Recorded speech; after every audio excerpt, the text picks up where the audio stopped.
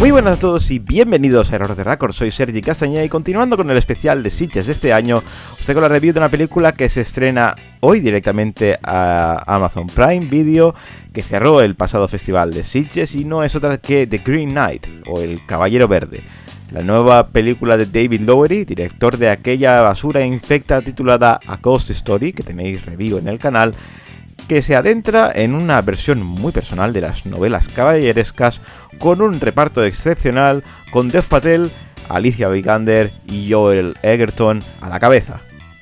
Tras enfrentarse al temible Caballero Verde, Sir Gawain, el temerario y testarudo sobrino del rey Arturo, se embarca en un viaje alucinado e iniciático donde se enfrentará con fantasmas, gigantes, ladrones y otros peligros que acechan en una Gran Bretaña mágica. Los muchachos de A24 siempre se han caracterizado por unas películas más o menos espesas, gafapasteras y, por qué no decirlo, pedantes a más no poder. David Lowery, director de la cinta, que había trabajado para esa productora con uno de esos títulos que o amas o odias, A Ghost Story. Yo personalmente la detesté, esta película, y cuando la había anunciado que iba a cerrar el festival, la verdad me daba mucha pereza. Y si he visto esta película es porque, bueno, tiene el honor, o por decirlo de alguna manera, de cerrar la edición del Festival de Sitges de 2021.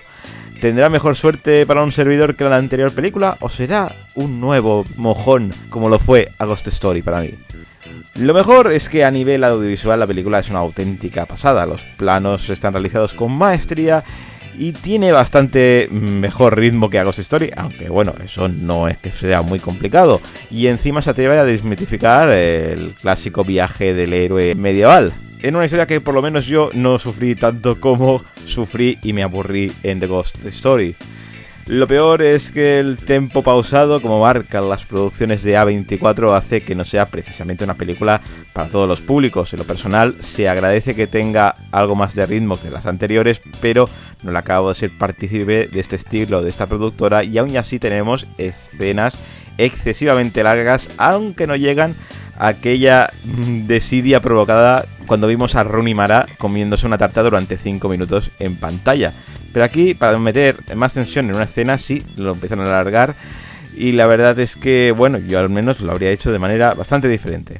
Así que vamos con las valoraciones. En IMDb ha conseguido un 6,6, en Metacritic un 85 sobre 100. Y en Error de Record vamos a darle el 6, porque a nivel audiovisual y a nivel de riesgo hay que valorarla muy positivamente. Pero la verdad es que el desenlace, los momentos muy Lowery de dejar tiempos muertos ahí, no sé si para rellenar o para que los hipsters pues se hagan sus cosillas ahí viéndolas y sacando espumarajos por la boca, pues la verdad para mí no van conmigo, penalizan un ejercicio que de verdad parecía que iba bien y que yo al menos pensaba despellejar aquí, y la verdad es que la he acabado valorando positivamente.